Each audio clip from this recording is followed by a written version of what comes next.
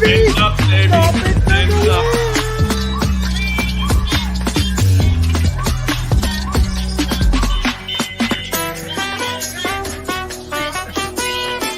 I swear, if a certain quarterback is mentioned in the comments, got my beers ready. I'm gonna crack it open. Or is it the We got Serbian the kid? Serbian kid,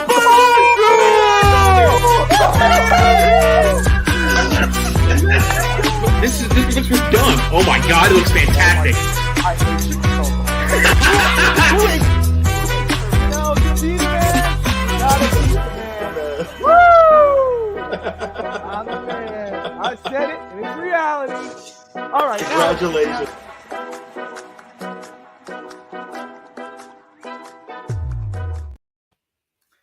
Hello, everybody. Welcome to Real Talk Fins Talk. I'm your host, Steve Malloy, and joining me, as always, my co-host, Rob Mosley, a.k.a. Dolphin Thursday. And we got a special guest tonight. We got our founder, producer, Bobby Melendez. How y'all doing tonight? What's up, my man? All right. How's everybody doing? Can't complain. Can't complain. All right, Rob, what you got going on at Dolphin Thirsty, brother? Oh, today's Tuesday, so I threw another Dolphins Trivia Tuesday up there. So there's fun questions from the Miami Dolphins from the past. Most of the questions are this week. And then, of course, this all thing Dolphins. I got an article that mentions some of the possible defensive coordinator candidates that we'll probably discuss later in this show. So always all things fins up on dolphinsthirsty.com. Great. Listen, everybody is joining us tonight in the chat. Please like, subscribe, share with your friends, your families, and your neighbors. And remember, we may not always agree, but we do have something in common that we will agree on. We are all Dolphin fans. Amen. All right, so tonight we're going to talk. This is called the defense edition, so we're going to talk defense tonight. And Rob, you mentioned the defensive coordinator's position. We'll start with you. Go ahead and who are some of the candidates that the Dolphins are looking for as far as defensive coordinators are concerned? Two of them have already been officially, known that they're out there in the candidates as Anthony Campanell, who's currently a linebackers coach for the Miami Dolphins. And then I probably mess up his pronunciation of the name. He's out with the Seahawks right now as an assistant head coach, and he's specialties defense. He served with a year on the Chicago Bears. His name's Sean Desai or Desali. I'll let you pronounce it, Steve, but everyone knows who I'm talking about. No, you did a great job. But and he's like a student of Vic Fangio. He had served under Vic Fangio before. So, he might be the consolation prize that a lot of Dolphin fans will get. He does have at least some experience. And then there's other names, but those are the two that have officially been announced. And then, of course, Fangio, Chris Richard, Gerald Alexander, Jared Mayo, and Vance Joseph was him, and I saw mentioned as a possible. Right. Yes, I saw that. So I don't know if we would go that route again or if he'd be wanting to come back here. But I did see his name get thrown around by some people I respect that follow the Dolphins. So those are some of the names, but only the two I've seen officially linked by the Adam Schefters of the world. All right, great. Thank you, Rob. So I'm just going to go ahead and I'm going to go and ask you first, Bobby. Did you have any particular defensive coordinators that you had in mind or someone you'd like to see be the defensive coordinator for the Miami Dolphins? Yeah, let me make sure I got his name right because I don't want to butcher it. It was the Broncos defensive coordinator. Jero Evrio is one of them. Okay. I like him.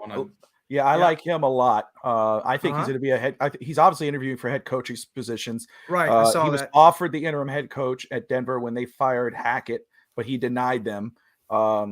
He wanted to continue to be the defensive coordinator. I think they were the 8th best defense in the NFL last year, despite how their offense and their team looked. He had a very good defense last year. Right. He's one for sure that I know everybody wants a veteran defensive coordinator, but if you want a guy who is going to be a superstar and make a big difference on your defense, he will be your guy. Fangio obviously makes a lot of sense for a lot of people, and I'm all about it. What's up, Alex and JM Santos? John Santos. He has a second interview tomorrow, Desai from Seattle, John is saying, for Miami. So yeah, if that's a second interview, that's more than likely where they're probably leaning. He is like Rob has said of DolphinsThirsty.com, that he is a student of Fangio. Right. He's just as successful. I know a lot of people were down on the linebackers coach for the Dolphins because he's a part of the Flores and Boyer tree. But when I was watching some of his stuff in regards of his press conferences, and he came off a lot like a McDaniel type, very energetic, very good, positive attitude. So I could see the attraction for McDaniel to possibly bring him up.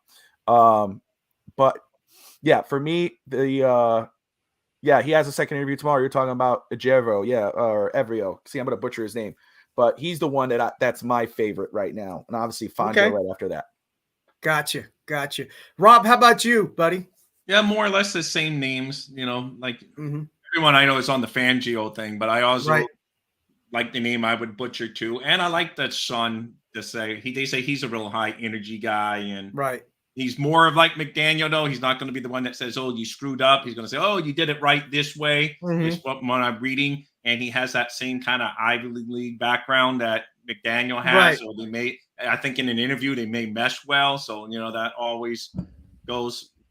I know some coach, some of the guys out there, you want that coach that's going to be in your face, mask, and say you screwed up. I don't think that's going to be Sean. So it just depends what you want.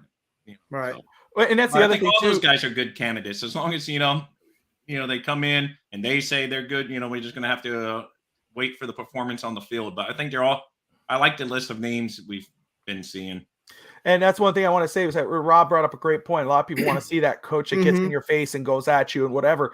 But the most important thing is not that. The most important thing really is a coach who sees eye to eye with McDaniel and how he wants to run this football team and have that chemistry. So if McDaniel's talking to these guys, I know they haven't said anything about Fangio having an actual interview. They just said that the Dolphins are strongly considering Fangio. Right. The only ones that have interviewed so far are these two guys, and obviously this other one's just being interviewed for a coaching job. He hasn't even, or a head coaching job. But what's more important is his chemistry with the head coach. So if Desai is the guy, then wow, that rhymed. Desai's the guy, then I'm all right with it. Let's roll with it. Yeah, and I agree too. The more I hear about this guy, and I did a little research on him, not a lot, but I think he would mesh well, like you all have said. He would mesh well with McDaniel. He's a young guy. He's only 40. Honestly, I do want a veteran defensive coordinator, and my pick was Lovie Smith. I like Lovie Smith. He was a head coach of Houston, and a veteran guy. It's been around the block, and whether he meshes with McDaniel or not, I don't know. I know he's an older guy. I love a Lovie Smith hire. I do like him. That's another good name I have listed as well. He's he's definitely has the experience. He has a head, not tons of head coaching compared to some coaches, but he does have the double head coaching experience. This last year was just a one and done, but he has that. So he knows, we've all wanted that, someone on the staff that has that experience. So he would fit that bill in a couple of spots as well. So. Yeah.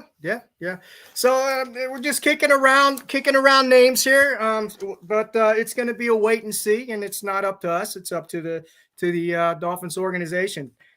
Steve, I know I'm going to steal your thunder for one second. I know tonight's episode is the defensive episode, but Adam Schefter tweeted that bomb this morning that the Packers are really considering trading Aaron Rodgers, and they would prefer the trade to be in an AFC team. So if the Jets make a trade does that make say the Jets pull off, like last year when it was coming down, it was like, Tyreek Hill was going to either be traded to the Dolphins or the Jets. So, they're willing to spend money just like the Dolphins are.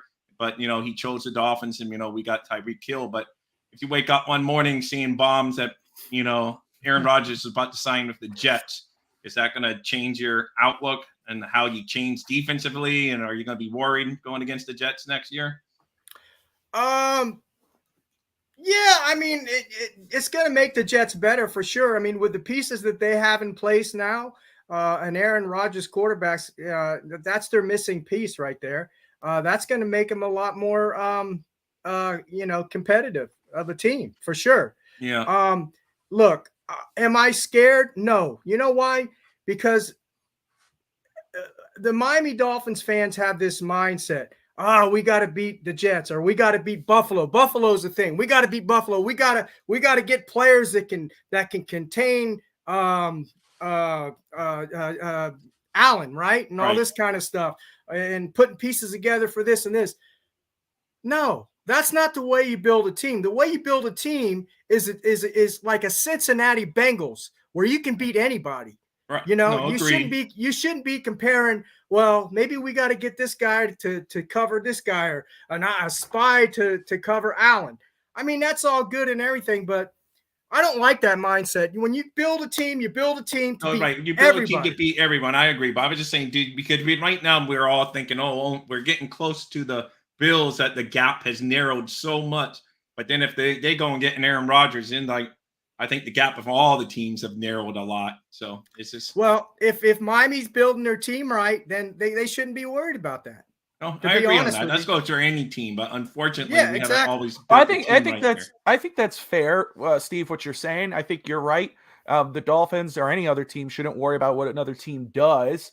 As a fan, I think Rob's question is right on. Yeah, as a fan, I agree. I'd be like, well, damn, because look, and I've said it, and I know Evan picks on me and will say that, I like Joe Douglas. Well, Joe Douglas has done one hell of a job with the Jets. He has. Right. I mean, free agency last year, they were a laughing stock. They couldn't land anybody. Tyreek chose the Dolphins over the Jets, like Rob has brought up, but then they go off and they have a killer draft, Sauce Gardner and Wilson, and they go out and and their defense is legit. Their offense with Breece Hall, which is another draft pick they hit on. I mean, they are, which I know that's the running joke here because I've said it last year, they are probably a real quarterback away. And if you go and add an Aaron Rodgers in that pot, then, whatever little distance there was, it's right here now. It's a prayer. It's not a a stop or a field goal. So yeah, I think Rob's right on. As fans, that would be a big concern. But if your team is worried, if it comes out that the Dolphins, if the Jets trade for Rodgers and the Dolphins are now nervous about the Jets, then the Dolphins are all wrong. Yeah, then you got the wrong people in charge. I'm just talking from a fan's perspective, right? Hey, yeah, Cap, absolutely. Thank you as always, Cap. Cap for life Cap in the for house. life. Welcome, Cap. Welcome, the ambassador of the Dolphin community. Cap for life. All right, so we can all agree on the defensive coordinators. It's up to the Miami Dolphins organization to make that pick. We've already said who we like. I know John Santos said he likes Lovey as his pick as well. So if there's anyone else that anybody out there in the chat has in mind or we haven't mentioned, go ahead and put it up there and let us see what your thoughts on what we talked about. All right. Since we are going to be talking about the defense, I'm going to go ahead and get some stats out of how Miami's defense did perform last year. Overall, the defense was ranked 24th. Points per game allowed. They allowed 24 points per game. Now, our offense, to compare the two, our offense was averaging 23.8. Not very good. That's below the NFL average. Turnovers, we had the second fewest turnovers in the league, in the whole entire league. We only had 14. You mean creating turnovers for the defense, not for the defense. Okay, right. I just wanted to make sure I was on the same page. Yeah, okay. We're talking defense. Right. Let's see. Running, we were 14th. Defense in the running game, we were ranked 14th. Passing, we were ranked 27th. So that's all I have for as far as the stats on the Miami's defense goes. Now, with that said, I'm just going to throw this in there because I had it written down. I did have the what's holding the Dolphins back. My number 3 out of 4 is defense. My number 1 that's holding back this team is GM. Number 2, Okay. yes. I thought Of you were course going to he's- go It's fair. quarterback. So that's Hold good. on. I thought it was coming. I thought There's it was coming. more. Oh, Number 2 is quarterback. Number 2 is quarterback. Then again, like I said, number 3 was defense, and number 4 was our running game. Right. That's fair. Okay. Now, our defense for position of needs. Now, my position of needs are in number 1, linebacker. I knew Yep. it. Number 2, cornerback, and number 3, defensive line. How do y'all feel about that? I'll start with you, Rob. Yeah, I agree. That's pretty much the order. Our defensive line is definitely the front 7's definitely the strongest part. I mean, the front 3, 4, if you say defensive line, whatever you want to call.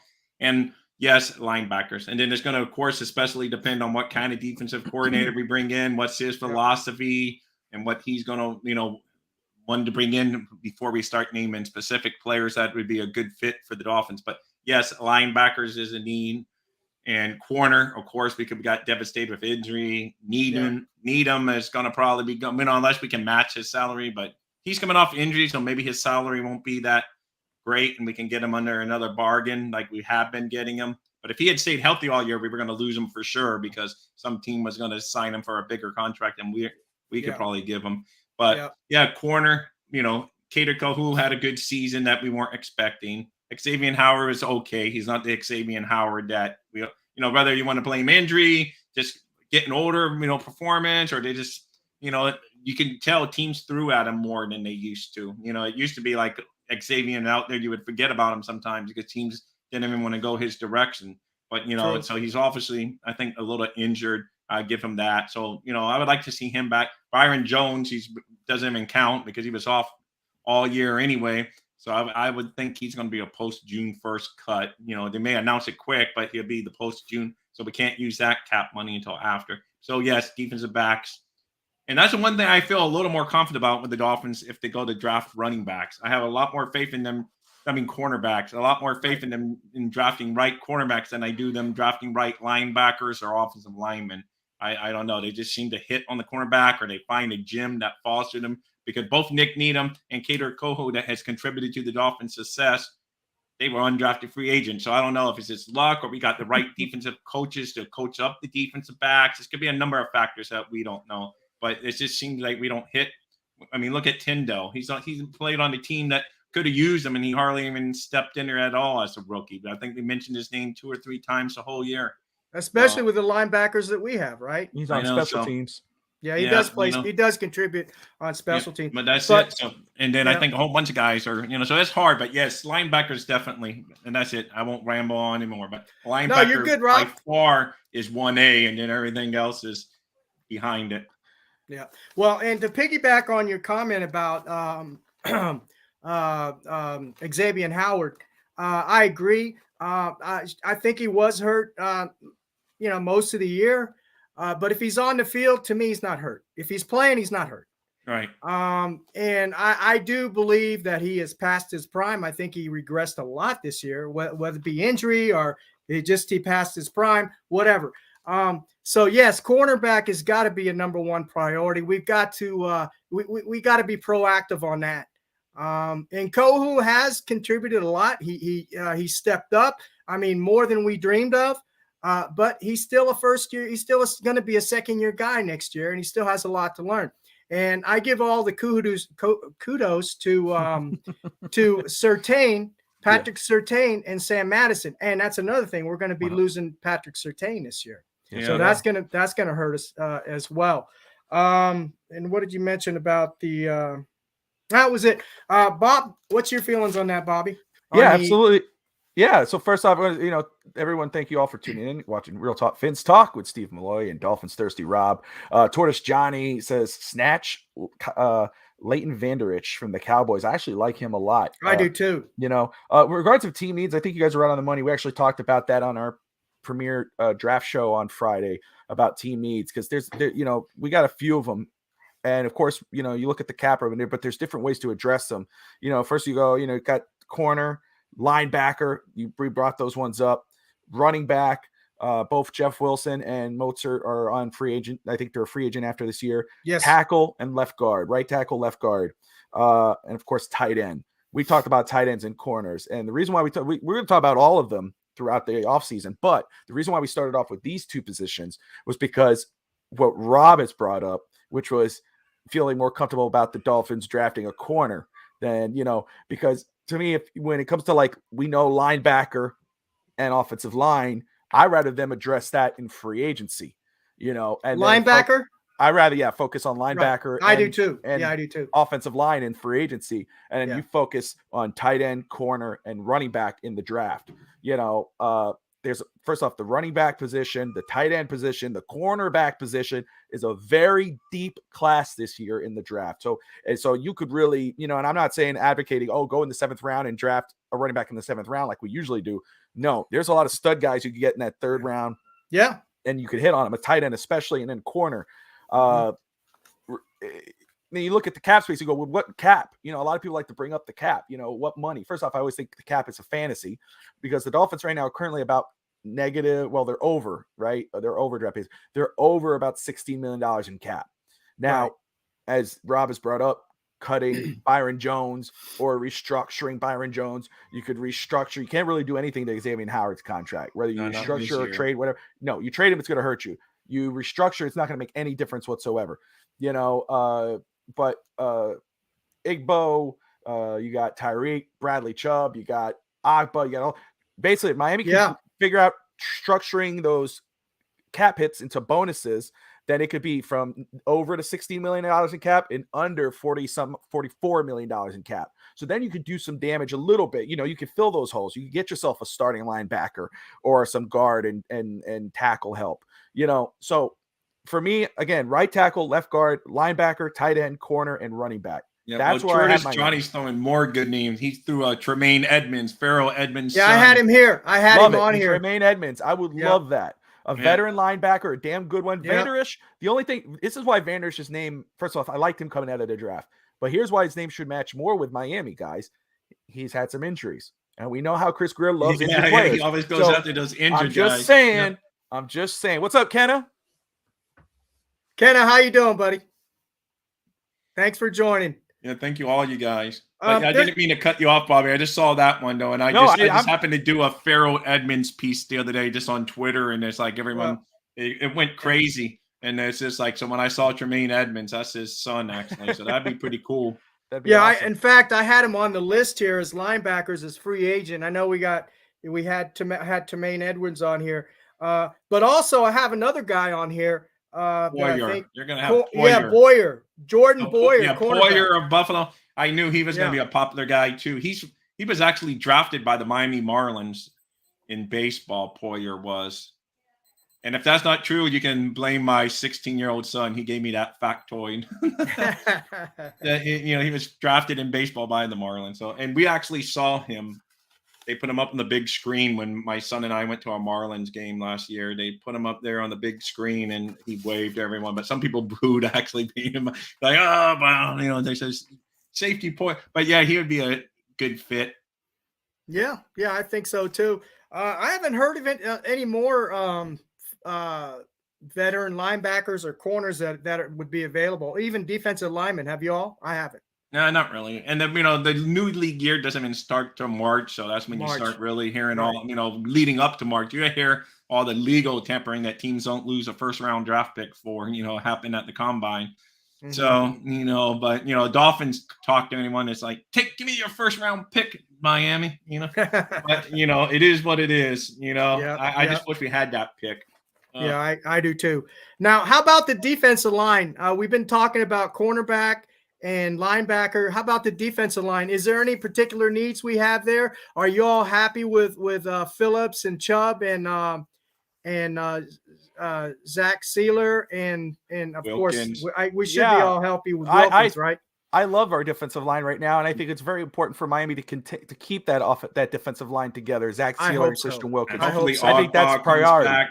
Yeah, I think it's priority. You go. That's one of your strengths. I don't think if Miami adds to it, that's just the rich getting richer. Right. But I think they are perfect where they are. I think linebacker is a more dire need, and obviously addressing the corner, the back Right. position in defense. And again, it all depends on who we get in as our defensive coordinator. True. I'd like to see him run a 3-4. Actually, Hybrid's probably more than. what were you going to say, Rob? So maybe a hybrid is what they're That's what saying I was that just going to say. Most guys run the hybrid now anyway to give That's you different right. looks. So Yep. I want to get a guy in there that's creative with this defense, not just using that cover zero every freaking game.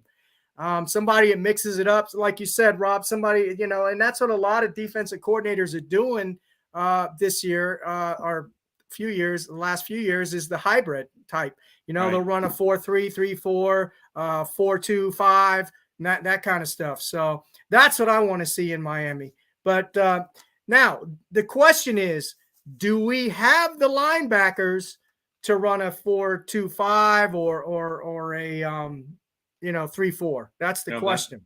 That's the big question. And I'm going to go over right now. I'm going to go over the free agents that we have on defense, and we can talk about these, whether we can keep them, or replace them. So right now, as it stands, the free agents we have on defense are, starting with cornerback, we have Justin Bethel, free agent. Elijah Campbell, cornerback, free agent. Sam Aquavon, linebacker, free agent. Clayton Fidgelin, safety, free agent. Trey Flowers, linebacker, free agent. Melvin Ingram, linebacker, free agent. John Jenkins, defensive tackle, free agent. Nick Needham, of course, cornerback, free agent. Duke Riley, linebacker, free agent. Landon Roberts, free agent, linebacker. Eric Rowe, safety, free agent. Andrew Van Ginkel, free agent, linebacker. And last but not least, Justin Simmer, who we picked up sometime during the year last year, defensive tackle, free agent. Right. So out of those names, who do we keep or who do we replace? Van Ginkel, I like Van Ginkel, but because he's shown promise and he has improved every year, it seems like.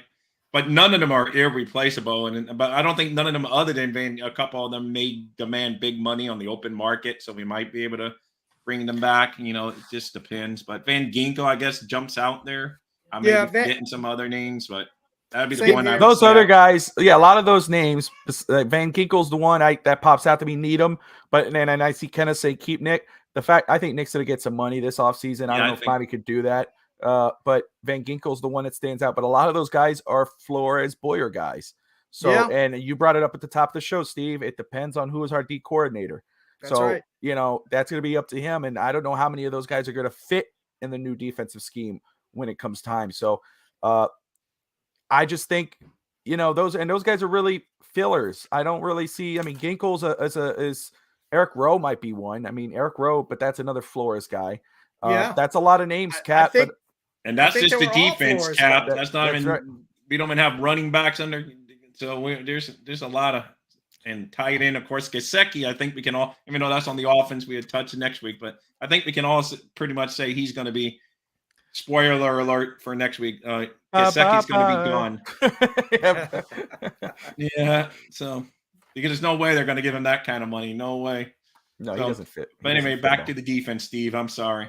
Yeah. I was just telling Cap there's a lot more that was just the defense that, there's are a lot of free agents this year. I think Buffalo has a pretty big list too, though. So at least, we're not the only team Well, the thing is, how many of those guys, this is the question. I know it's scary to see a lot of names, but every year there's a lot of names. My question would be to you guys is how many of those guys, we said Van Ginkel, we said Needham, but how many of those are impact players? How many of those guys Bethel and Elijah Campbell, the contributors, they played on special teams, but you can find those guys. Justin Bethel, he was a good contributor on special teams. And he played okay when thrown into the spot. Yeah, he stepped up in the defense when needed. Yeah. I mean, those are the guys. Those are guys that that's what happened with our defense this year with injuries. Those are guys that you would never hear of that stepped up when their name was called. So Right. those guys are guys that could be brought back on a minimum deal or whatever, but a lot of these guys that we hear, Jenkins and who, again, I think you should keep your defensive line as best you can. But a lot of these guys, especially the linebackers, these are Flores, Boyer guys, and these are non-impact players. Yeah. So if Desai is the guy, and I promise I'm not trying to rhyme, but if Desai is the guy, we got to go look at what they did in Seattle. We got to go see the type of players he likes, because we might see a very different defense. Oh yeah, he may have a totally different view than what we I'm think. sure he will. And like you said, a lot of these guys are probably going to be let go anyway. Kenna brought up a good point. He said Baker needs to go. He's not good fit in a 4-3. Okay, but we don't know what the defensive coordinator that Miami chooses is going to run. I like Jerome Baker. I really do. I think he had a solid season. I'm not going to say a great season, but here's the thing with Jerome Baker, and it goes for Phillips and Chubb as well, I believe. Actually, the whole defense. I don't think Josh Boyer. I don't think he utilized the talent he had properly. That's what I think. I agree on Baker, because Baker's more of a good pass rusher. He's not good in coverage, and he had him in coverage a lot. So I agree with you on that. He's a quick linebacker. I mean, he can run, side to side. But I don't know. Maybe he's worth letting go. I don't know. Again, it depends on the defensive coordinator position. I think he's one of those contracts that doesn't really benefit us, though. I don't know. I have to go back to, Barry Jackson's is always the best of the local guys, keeping me updated on the cap. Right. And I was thinking it's not much benefit cutting bait from Baker. It's not like you're going to save a huge amount of money. How about a Landon Roberts? Yeah, well, he's like you say, he can go. We don't even have his money on the books now, and he's going to be gone. Right? You just had him as a free agent. So yeah, I had I'm him just as a saying free of agent. the guys that are under contract where we could cut, and whatever. So maybe Bobby's going to look it up, but I don't know. I am. Yes, you guys could see me, right? I didn't drop off. Yeah. No, you're fine. You're fine. So, okay. I know Baker. We don't save that much, I think, from the cap if we cut him. Just like Xavier and Howard, it's not much of a cap savings if you cut them. Like people are looking to make moves with other teams, like other players. We got to take care of our own first.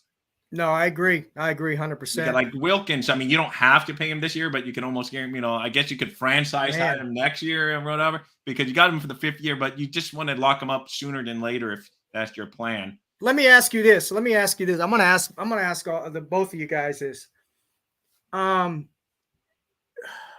If we had a chance, this is just hypothetical, okay? Right.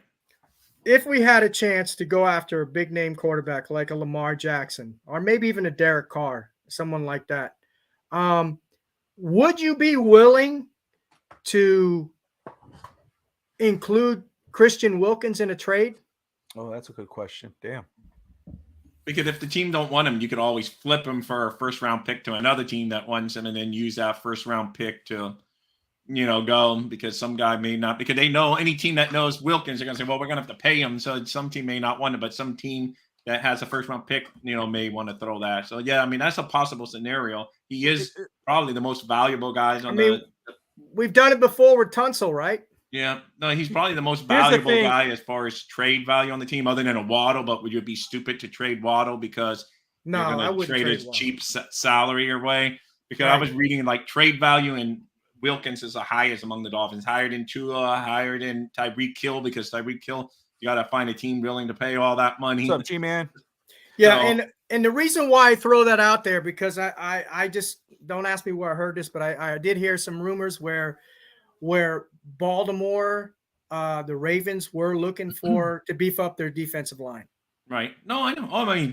Wilkins would be a great fit in some team, and this what the Dolphins have done, He would be a great fit. And trade for Chubb, but it had to be a team willing to pay him, because he'd be a great fit in any team. The guys, he is. I want him here, of course, though. That's my thing, and that's why, I think that's a great question. It's a tough question, but think about how would that. Of course, you impact your offense, because if you could get yourself, and this is hypothetical, obviously. I don't want people thinking that we're, but if you get yourself a Lamar Jackson or a Derek Carr, yeah, that's oh, well, okay, now we got ourselves another quarterback, or we got ourselves a quarterback or whatever. But here's the issue. Wilkins, and we talk about impact players. He's not just an impact player on defense. He's an impact player with this football team. He's the heart of this team. He's a captain. Yeah. Think about, like, I think it would be a greater impact to lose him than it would be another star player. And not that he matches the same level of a Tyreek, or maybe in the eyes of Dolphin fans when it comes to Tua, but Christian Wilkins means so much to this football team that you're better off, like Kenneth says, and I'm just throwing this out there, you're better off saying, let me keep Wilkins and let me go bring in Tom Brady or somebody like that if I'm going for another quarterback. Let's not – our window – and, well, I'll wait. I was not gonna say that. I'm gonna wait because maybe you have something, because you asked me earlier. And I thought that was a great question. No. You can go ahead and go ahead. Well, what was the question you asked me earlier?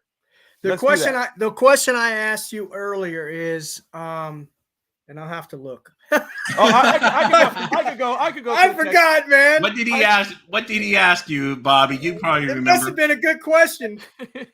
Let me see what. But I agree with someone. G-Man Dolphin, thank you for joining here in the nighttime too. And yes, I still got the same clothes as earlier. Here we go. But I agree. I don't think Wilkins is going anywhere, G-Man. Okay. Someone actually posed a statement on Twitter, and they were saying the Dolphins had a 3-year window.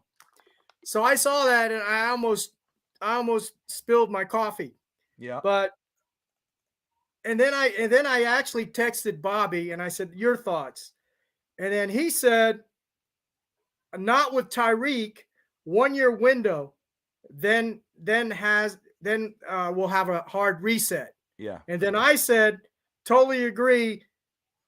Next year, I expect a Super Bowl. Tired of low expectations for this team. Yeah. That's what I said. So, and the reason why I say it's a 1-year window, when we traded for Tyreek, everything changed. When you hired McDaniel and you kept Grier, then yes, you put yourself another 3-year window because you got to get your coach to develop your team, build to his personality, et cetera, et cetera, et cetera. But when you made that big trade, bringing Teron Armstead or an offensive lineman was going to happen anyway. But when you made the trade for a Tyreek Hill level player, your window got a little bit wider, but I mean, in regards of I could actually get there, but it also shortened in regards of how long it's going to be open. Right. That's why it became a 2-year window, because look, this is, again, I brought this up in the past. This is not the first time the Dolphins have gone out and got a star receiver for their young, unproven, I don't want to say unproven, but young quarterback. Right. First time was Chad Henne, and that was Brandon Marshall. Second right. time was Ryan Tannehill with Mike Wallace, and now it's Tyreek with Tua. And here's the issue. After 2 years, those guys were gone, and they were still damn very good. So you got a 2-year window. After next season, it's a hard reset, meaning things might happen. So when you say 3-year window, I think if Miami goes on and they repeat a 9-8 season, but let's say luck doesn't play in their favor this time, like it didn't do with Flores in his final year, and they go 9-8 and don't make the playoffs, then it's this, we have to move Tyreek now. Now you have Jalen Waddle and whoever else is behind him. Now your window's a little bit closer. So that's why when I say, yes, when healthy, Tua is a very good quarterback and Dolphins should be fine, but it's when healthy. That's why. Go ahead, Rob. I was going to say, no, go ahead. I was just going to talk. I got something silly to say. Just finish your thought. No, I just want to say is that's why for me, it's not a 3-year window for Miami. Miami has a team right now, even though they have a lot of holes, which they usually do. Yeah. They, with that $40 million in cap, if they could work it, which they can, you had to restructure some deals with Jerome Baker. I was looking at it. You could save about $3.8 million of cap with cutting him, or you could save 3.5 with restructuring his contract. It'd make more sense to restructure his contract because it's not about getting rid of somebody. If it's only going to save you a couple thousand more to get rid of them, then what's the point? Go ahead and restructure that deal. But you could get over $40 million plus in cap and then go fill out that roster, get yourself some offensive line help. And I'm saying veteran offensive line. I'm not talking about drafting a guy in the 3rd round because you don't know what an offensive line looks like and you've been failing at that. And we're going to keep going back to Tunsil when Tunsil fell on our damn laps a couple of years back because he could keep the pipe out of his mouth.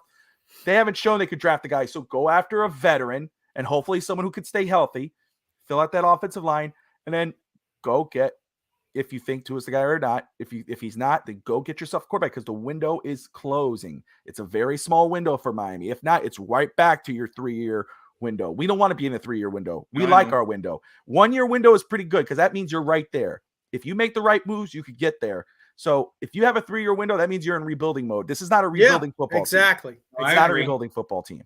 Exactly. I was just going to say something silly because you said Chad Henne's name, and it just, did you see that drive? He did like a 99, 98 yard. I was like, oh my God. They didn't miss a beat when he came in. If the Dolphins would have kept him. No, I'm just kidding. No, it's just funny though that, man, I was like, oh, they may be screwed now. But Henne led him on his one drive in the game, led him on a 98-yard touchdown drive. I'm like, holy crap, the guy can still sling it, So I just thought that was funny that he did that. And yes, our window's small, but look at all these teams that. 2 of the teams that I like, in the NFC Championship over there, they just drive me nuts because the 49ers and the Eagles have been to recent Super Bowls with different coaches. Yes, the 49ers have been more recent with their current coach, but just a few years ago, different quarterback, different coach, Jim Harbaugh, Kaepernick, they're in a Super Bowl. Both of them are long gone from the NFL. And here we talk about rebuild, 23 years, we can't get a playoff one. They're already back. Already been in an NFC Championship game, and now back in another NFC Championship game while we're like twiddling our thumbs trying to do a rebuild. It's just crazy. So there's no excuses. A rebuild is going to be 23 years, and that's what it's been for the Miami Dolphins. It's just 100%. It's just those teams, like I say, and the Eagles. They had Peterson, they had Wentz. Wentz got hurt. Both took him to the Super Bowl. None of those guys are on the Eagles anymore, and here they are, 1 game away from the Super Bowl. Yeah, they fired Peterson. And think about all the critics that they got from that they were, how could you fire him? He won you a Super Bowl. And then look, now with Nick Sirianni, they're back in it, or back in the hunt in the NFC Championship. That just tells you about the organization. Yeah, for sure. The Niners, for sure. The Eagles. I mean, damn. Cincinnati. Stop. Yeah, well, Cincinnati's kind of new though, getting to the good. Let's see if they can maintain it for a long time. These guys were good. They took a long time like us getting back, but now they're good. But, that's a whole other topic. Yeah, but with those teams, and I know what Rob's saying, and it is frustrating because you look at those teams that have struggled, and they've been at the bottom of the barrel, especially the Niners, and just to come back, I remember with Alex Smith all those years, and then they go and Colin Kaepernick, and they go to make a Super Bowl run, they lose. And then now look at them, they're back with Brock Purdy and that defense, the number 1 defense. It's like, woulda, shoulda, coulda, or you don't want to look, you don't want to get jealous, but then you go, damn, how could that not be us, bastards? You're talking about it's just frustrating because I agree though. I'm like, I get it. It's just the life of a Dolphins fan. But the thing is, what I try to tell fans, or what I'm trying to say is I think Chris Grier smokes too. That's funny. I would just say is that despite the obvious flaws of the organization, which there are obviously, that Miami's window, even though it's short, is there. If you make the right moves, you do the right things, and you grow a pair, and you say, I'm not going to be afraid of fan backlash. I'm not going to be afraid if a fan is happy or mad. I'm going to do what's best for the football team and do whatever that may be. If that's keeping the quarterback, keeping Tua, and then the whatever fans don't like it, tough crap, get over it. We're going to roll with it, and we're going to do our best to do it. Or if you go, you know what, I don't think he is the guy. Let me go get a guy. And whatever fans are mad and yelling on Twitter because they don't have they can't, their children, that's their big deal. But you got to make the best decision possible for your football team because your window is that close. I agree. I agree. And for Miami, honestly, Bobby, if Miami doesn't do it next year, I'm afraid. Don't say what Rob's going to say. Don't say what Rob says. No, I'm not going to say anything too bad. I'm going to say Kenya says a good point, but Ross and Grier are too stupid to do that. I think Ross, his only stupid part and bad part is that he might hire the wrong guys to make the decisions. But at least Ross is an owner that's, like we're in salary cap hell, but he's willing to sign. Oh, I'll guarantee this money to free up. Not a lot of owners. That's true. Very true. The biggest flaw on Stephen Ross, first off, is that he is too damn loyal to a fault. And he does hire the wrong guys. And Kenna, thank you, man. You're absolutely right. We appreciate you for tuning in. Everybody watching, smash that like and subscribe button. This is the Real Talk Fins Talk on the Fins Talk Sports Network. That's Rob of DolphinsThirsty.com. If you're thirsty for Dolphins content, that's your guy. Thank you. I love that slogan. I know. And it's Steve Malloy. I was like, it's just perfect. You put it on a bumper sticker. And of course, but when Ross, I know there's a lot of hate on Ross, and I get it. But if you look at what he's done over the years, or what he's tried to do, his heart is in the right place in regards of winning. No one could say what he's done for for Miami, the city, Miami Lakes, and whatever, with the stadium, beautiful stadium, bringing in WrestleManias and that's Super all Bowls. his money. That's him. He's done that for the city. I mean, what happens is that as a football team owner, he's failed in regards of who he brings in. But his biggest flaw to me is not being stupid. It's loyalty. First it was it Jeff Ireland, and then trying to go after Harbaugh, and then saying, oh, let me just go ahead and give another extension to Sperano. Then firing Sperano, keeping Ireland, then keeping Philbin, and then firing Ireland, hiring Hickey, and then and it's just like Tannenbaum was somewhere, and Tannenbaum, and that's where and then. But of course, the common denominator there is Chris Grier, who's lasted 20 years, and I know he wasn't GM at most of that time, but if you start 5-7 years, whatever years back he's been here, you see where it kind of continues on and on. So I wouldn't say that Ross is stupid. I just say he's just too damn loyal. Right. And but we need him to sign those checks, unfortunately, because like now Tyreek Hill just signed this big deal, but Ross would be most owners. Hey man, you just signed him. I'm not giving him more upfront money, but to free up money, they're saying he's going to have to guarantee. That's a great point, Kenna. And maybe that, I don't know what you're trying to say, so forgive me. And what I'm trying to say, because you say, he doesn't mind signing that check because the Dolphins love making splashes. We know this. They Sue, Marshall, Wallace, Tyreek, Armstead. Man, signing big time players is all fun and games, but if you don't fill in those little holes, and I think, it's you think of it like, then you get you fill that hole from sinking. It's like the Titanic. You can't stop it. You can get all the nice, pretty luxury things all you want, but if you don't have those little bolts, when I'm talking about depth, which is something the Dolphins fail at. Yeah. Look what happens. You go 9-8, and then you're one and done in the playoffs, even though they put up a fight, or 9-8, and you miss the playoffs like Flores. That's the problem. If you're saying that, then you're absolutely right. We need to focus more on the bolts than we have to do on the luxury pieces. Right. So let me ask you that. No, good. I like that. Yeah, that's a good point. I appreciate you, Bobby. Appreciate it, man. You make some good points. Both of you guys making good points. But here's the thing. If they do not make the Super Bowl, because that's what I expect. I'm tired of this crap of us fans, okay, expecting, oh, well, if we make the playoffs, that'd be great. That's all I'm looking forward to. Mm-hmm. No, man. No, it's the Super Bowl. We need to make that's the mindset we need. We need to get into the Super Bowl. If we don't make the Super Bowl next year with the talent that we have, okay, then guess what? We will be in another rebuild. Yeah, agreed. And agreed with you, G-Man. But, yeah, it just seems like Dolphin fans have been in rebuild forever. I mean, that's all. Teams never like to call it rebuild, but this one was the owner finally basically came out and admit this was a rebuild, because normally teams try to get away and saying, oh, this is a rebuild. We're in a transition phase. But, we all knew we were in a rebuild mode this time. Yeah. And it just hasn't worked out as well as quick as we would like. Can it still work out? Yes, but it hasn't worked out because just think, Cincinnati and us were battling for the number one pick this back a couple of years ago, and here they are in their second straight AFC championship game. Maybe we're going, to the second straight Super Bowl. So it's just 3-year rebuild for Cincinnati. Right, and that's it. And they're a really dominant team. Here we are, 5 years rebuild. Still we're trying to fill holes. Yeah, because think about that 3-year window though. When they started it, they hired a new GM. They fired everybody, hired a new GM. Yeah, and they hired a new coach. Then they got their whatever their quarterback was going to be, which they got the number one pick. They got Joe Burrow, and then now look at them. They did it the right way. When they fired Lovie Smith, not Lovie Smith. Sorry, what the heck was it? Marvin Lewis. Who has an amazing record regular season, but he failed in the playoffs. A long time. He was, and he had it, and that's one of those other teams that were always in the playoffs. They would get eliminated, but then what did they do? They go, okay, well, we're obviously not doing it, so we need to make a move. They get the cojones to go ahead and let go one of the most successful regular season coaches in the NFL, and they go hire Zach Taylor, former quarterbacks coach of the Miami Dolphins. Go figure. And now look, they're 2 years.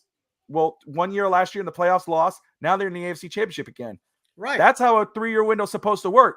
Exactly. Miami just resets over and over, and they do it wrong. Why do we keep doing rebuilds? Well, because when we fire the coach, we keep the GM. When we fire the GM, we keep the coach. No, it has to be a full let go. You got to flush it all down. No, I agree 100%. I agree 100%. When they fired Flores, I said, well, crap, they might as well just fire everybody, you know? Absolutely. And they didn't. I couldn't figure that out. But anyway. Yeah. No, I know. And Cincinnati never makes the splash. You know, they don't sign big name free agents because, you know, they're on the cheaper side, but they got it right this time. And Jay Boy, you say, so our step back year, we made the playoffs. Pretty damn good. We're not saying it was a step back this year. We're just saying we got to move forward next year and not just be happy with a playoff appearance. We got to, I think we're all on the same page. But was it not a step back this year? You don't think we stepped back this year? Oh, I mean, both years, the past 2 years, we were 9-8 in the regular season. We just got lucky this year that this year we made the playoffs. Last year we didn't. So you could say last year we were unlucky. However, and then the year before that, when we were 10-6, we were definitely unlucky not getting into. I mean, almost every year 10-6. You know, that's before they played the 17 games. We were 10-6, and we didn't make the playoffs. So that was just a bummer. That was just Dolphins being unlucky again. You know, so. Yeah. But I don't know. I'm going to call this year a step back. I mean, I know you and I disagree on that, but we still made the playoffs. We finished 9-8. So if anything, called it a wash. And this year we got lucky that the 9-8 made it. I wouldn't say it's a step back. I just say it's like this. It's just there was no up or down. It was the same. The only thing that was different was that we made the playoffs because another team lost, and that sucks. And that's with all the talent. With all the talent. And somebody said something good. Cat for life. Man, thank you always for tuning in. Brother. We appreciate you. But he says, gentlemen, your percentage of us actually making the playoffs again after seeing the track record we've had after getting back after a bipolar season. I'll answer that first, and then I get you know, Rob and Steve, you go follow up. It's just, I would just say it really depends on what they do this offseason. And I'm not trying to be a cop-out. What I'm saying is, do you go and make the statement that, hey, not the loose end statement of, I don't know how else to say, Tua's our quarterback. We know he's your quarterback right now. But, you know, what are you going to make a move at the quarterback position this offseason? What are you going to do with those draft picks? Are you going to restructure these contracts? It's really about what they're doing. Now, if they go with the same team basically that they had last year, I don't see how they do it. I can't. Yeah. They have to make some changes. Didn't they do that last year? They kept the linebackers. They kept basically the whole defense except for Bradley Chubb. That was all they had done. And that came in the mid. Bradley Chubb came in the middle of the season. And that's another splash move, you know. But you know, you go, okay, Connor Williams, Armstead, Tyreek, and then you got the little Cedric Wilson who had no real impact until the playoffs. But those three pieces, well, those were just three pieces. What about those other pieces that were supposed to be, again, the bolts to the ship? Yes. You know, you got the nice lighting, got the nice paint job, you got the luxury, which I love what they said earlier. We got too many Ferraris and not enough Chevy trucks. It's absolutely true. You know, you don't have the workers. So, you know, it depends on what Miami does. I know it's very nice to get all excited. And I know a lot of the viewers here, which I got to say, and us in general, there's a lot of people that see these big pieces and they go, holy crap, we're going to the Super Bowl. Slow your roll, brother. Yeah, no, this is going to take me a long time this offseason to be won over. Because you got to look at these other pieces. Do we have those Chevy trucks? Do we have the bolts to stop the ship from sinking? Can we make it all the way? That's what's going to matter this year. I love splashes.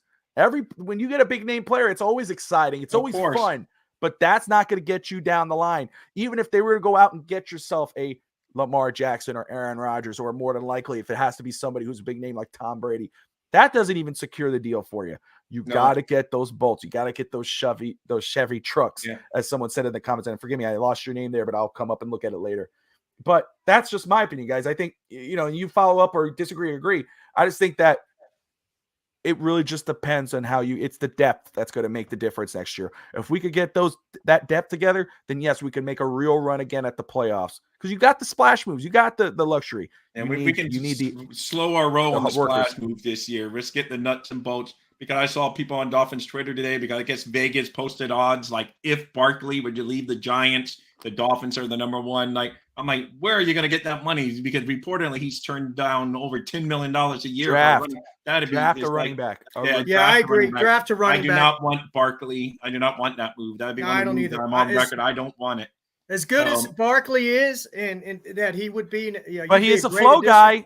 Not a flow guy. Excuse me. He's a Grier guy. Yeah. He's injured. He gets hurt. Yeah. And don't get me wrong, Barkley's talented as hell. I would not be against Barkley. My thing that I'm against with it is money. Yeah. We need No, it's to the fill money. the holes, and Yeah. it would look nice on paper. People will Oh, get, yeah. oh, we got Barkley, woohoo! Hey, but what On does that do paper. to the rest of the team? That's right. Use that $40 million if you can make it, fill up your holes, then go draft yourself a legitimate back. There's a lot of good running backs in this draft class. Yes, there is. There is. I've been doing a little research on that too. But anyway, here's the thing too, and it's funny. Where we're talking about the offensive line and stuff. Joe Burrow, okay, is in the AFC Championship game, and he's missing 3 starters on his offensive line. And all pros. So, I'm just saying. Last year, he had one of the worst offensive lines, and he was One in of the the Super Bowl. worst. Now his offensive line. Now his offensive line did cost him. It was quick. I remember that play in the Super Bowl. If Quentin Spain gave up that block. I remember. Yeah. And if Joe Burrow would have had at least 1 point or just 0.5 seconds more. Yeah. Jalen Ramsey, for whatever the heck happened to that guy, fell on his butt again during that game. Jamar Chase was wide open. Yeah. That offensive line killed him, but it also did not stop them from getting there. So that's why when people say, oh, but this guy doesn't have an offensive line, Joe Burrow doesn't have an offensive line. But they got some decent depth. They do have some depth to fill those voids, right? But here's another, and now I'm just trying to make stuff up here. We don't run it out of time. But no, this is a true fact and a true stat. And I think I talked to Rob about this. Tua Tagovailoa, our quarterback, was the least sacked quarterback this year and had the least pressures. He was our offensive line was 27th ranked in the league with the least amount of pressures and the least amount of sacks. With a banged up offensive line and playing musical chairs, Tua Tagovailoa. Our offensive line got better as the year went on. No, they got better as the year went on. Which is crazy to say. Yeah, even Eichenberg, who I said he was garbage. He was coming on pretty good towards the middle of the year. Tua's biggest injury against Cincinnati came because he held on to the ball too long, not because of the offensive line not blocking. I agree 100%. Cap said 100%. And the Green Bay Packer was him just kind of rolling out, and his head fell. So it's just, it's just those are weird things that I don't put those on the offensive line. That's why Cap makes a good point. Last running back Grier drafted. That was also from Alabama. Didn't live up to the hype. Was Drake. Good on first downs, but not touchdowns unless it's a miracle. Yeah. That's the thing about Grier or the front office. I'll say front office, even though I'm counting that as Grier. And we talk about splashes. In free agency, they love to make the splashes. And for whatever reason, during the draft, they get conservative. They trade down. They get players you don't hear of or you don't really think that are going to be at that pick. For whatever reason, I'd rather see splashes in the draft. Get those guys that are big name players in the draft. I know trust your board, of course. You obviously trust your board. But, I want to see when you see a player that was supposed to be taken in the first round and he's sitting there in the third round, don't, take the leap of faith and get that guy. Miami doesn't do that enough.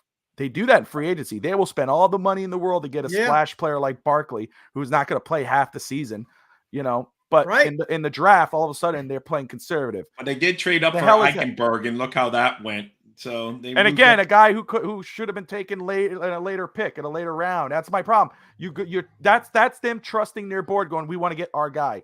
No, what about this guy right here who's sitting there in the third round or the second round at 51, who should have been taken in the top 15 picks?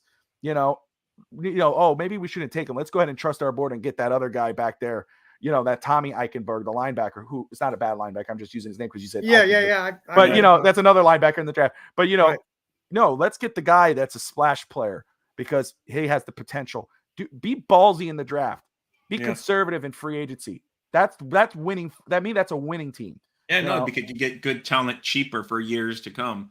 That's why I don't mind the Chubb trade, having Chubb on the team, but I don't like the contract you had to give him because then that takes money away from all the other positions, filling the boats that Bobby talks about. That's right. If you're able to draft your guys like that, then you're able to fill in the boats a lot easier because you're not all your money's tied up. Can I just say, Rob, let's tell everybody what I'm doing, what I'm looking at. Spotrac.com, you can look at their roster, you can manage their you could look at the contracts of the team, you could see what a restructure looks like, you could see what a release looks like for a possible trade, even though they don't have draft picks. But even like you talk about Bradley Chubb, that contract next year, he's at $22 million for 23, which is a lot of money. But if Miami restructures him, and that means Stephen Ross having to say, okay, let's go ahead and give him a bonus, and let's save some money on you could turn his 22 million into a 7.5 million, 7.5. That gives you a total savings of 14 million. That gets you now at 425 under the cap. Of course, you got to do more work. But and you see, Tyreek Hill could restructure, they say. But Tyreek. Looking at Tyreek, pull this up. Tyreek will save you about 11 million. He could go from 31.4 to 20.3 $1 million in cap. So that's about 11, and that gets you about 25, or excuse me, that makes you total savings between those two guys about 25 million in cap, or 25 million in savings, and it gives you about 11.5 in cap. So the restructures are there. It could happen. Again, Baker, I brought up Baker earlier. If you restructure him, because cutting him will just, you save from 12 million, you get it down to 8 million, and that brings it to 15. So, and of course, you keep going, you go up to about 40 something. So George says Chubb will restructure. I believe he will. I think the Dolphins, it doesn't hurt them because they still keep their money. It's just now it's a bonus. So I know people go, look, where's the cap? The cap is there. It's just not, when you only have like $44 million in cap, you're not going to go get a star player who's like Barkley, who says, I want money like Christian McCaffrey. We don't have that type of money.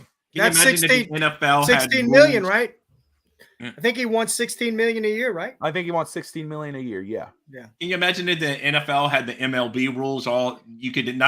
If all of it was a luxury tax, and you told, hey, Ross, I don't care. Do you think Ross would care about a luxury tax? He'd be out there spending like the Dodgers, the Yankees, all the teams, all those teams. He could just be going crazy. He wouldn't care about a luxury tax. It'd be a luxury tax. He would sign anyone that wants to come to Miami. Cap right there, Eichenberg over Javonte Williams out of Denver. Absolutely. I wanted Javonte Williams that year, and they went up ahead and got Eichenberg. So that's what I'm just saying. It's crazy. We can talk for hours about the Dolphins coulda, woulda, shoulda, woulda, coulda. Yeah. So it's just, which brings me to the point. Next week we will be talking about the offense. We'll have the offense edition, and Bobby, you're welcome to join us again. I know Brett Lagasse is scheduled to be on the show next week. He's already put that down in pen and pencil, and he's going to join. Very cool. It's going to be a good show. Yeah, so it should be a good show, but you're welcome to join again as well. Folks, thank you for joining us tonight. Please like, share, subscribe. We appreciate y'all. We love you all. We're trying to get to 1,000 subscribers. That's our next goal. So I know you guys will make that happen for us. We got great network here, Fins Talk Network. We got a lot of great shows, a lot of diverse creators on here, and we talk about different sports. We talk baseball. Oh, not baseball. Not yet. Not yet. Baseball might be coming soon. That's right. Baseball will be coming soon. We got basketball. We got hockey might be coming soon. What else we got going on, Bobby? You would know more than I would. Yeah. Well, right now in regards, and I'll say that about what we have coming on soon is, if you got anybody who's watching, though, if you want to come on and if you want to talk sports and diverse content, what I mean by that is we're not just football. We talk professional wrestling. We talk basketball.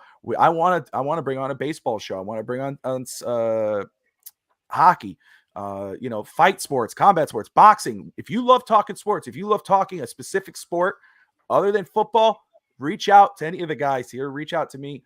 Then they'll let me know, because that's something we want to do with the channel. We want to grow it. What we got going on, this is Tuesday night.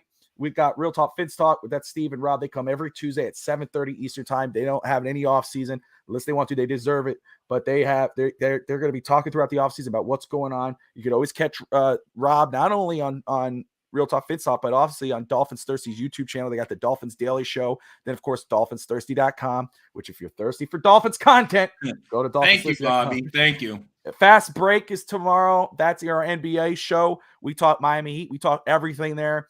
That's at 8:00 with Alex, Justin Garfield, and Miami Clutch. And then we got a special show of professional wrestling, the Royal Rumble preview show, No Holds Barred, with Alex, Ryan, and Alfred, and I think Josh Kimmel. the Beer and Sports podcast will be on there, which is pretty cool. They are on Mondays, the Beer and Sports podcast. And Thursday, Huddle Up and Wait with Dave Stager and Brett Lagasse. Bottoms Up, Fins Up, another Dolphins show with Mike the Hebrew Hammer and his dad, Lewis. And, of course, Fridays now at 8 o'clock, we have the Dolphins Draft Talk show. And, of course, On the Clock. We got 2 shows in one. We go first half hour is Dolphins, second half hour is NFL, which is really cool. And, of course, Fins Talk today with Fish Tank Hank and myself. So that's our content. So if you want to talk sports, reach out to me, guys. Bobby Fins Talk on Twitter. Yeah. All right, guys. Again, thank you for joining us tonight. Rob, as always, I appreciate you, brother. Fins up. Bobby, thanks again for joining us tonight. And again, I can't thank you enough for allowing us to have this show on this great network, Fins Talk Network. Appreciate go you. take one trivia test tonight, at least, man. A brand new Dolphins Trivia Tuesdays just posted. Hit dolphinthirsty.com. It's the first article that pops up on there today. So thank you, guys. Awesome. Thanks, guys. Like, subscribe, Fins up, and always, Dolphins number Dolphins one, number one, baby. Dolphins up. Dolphins number one.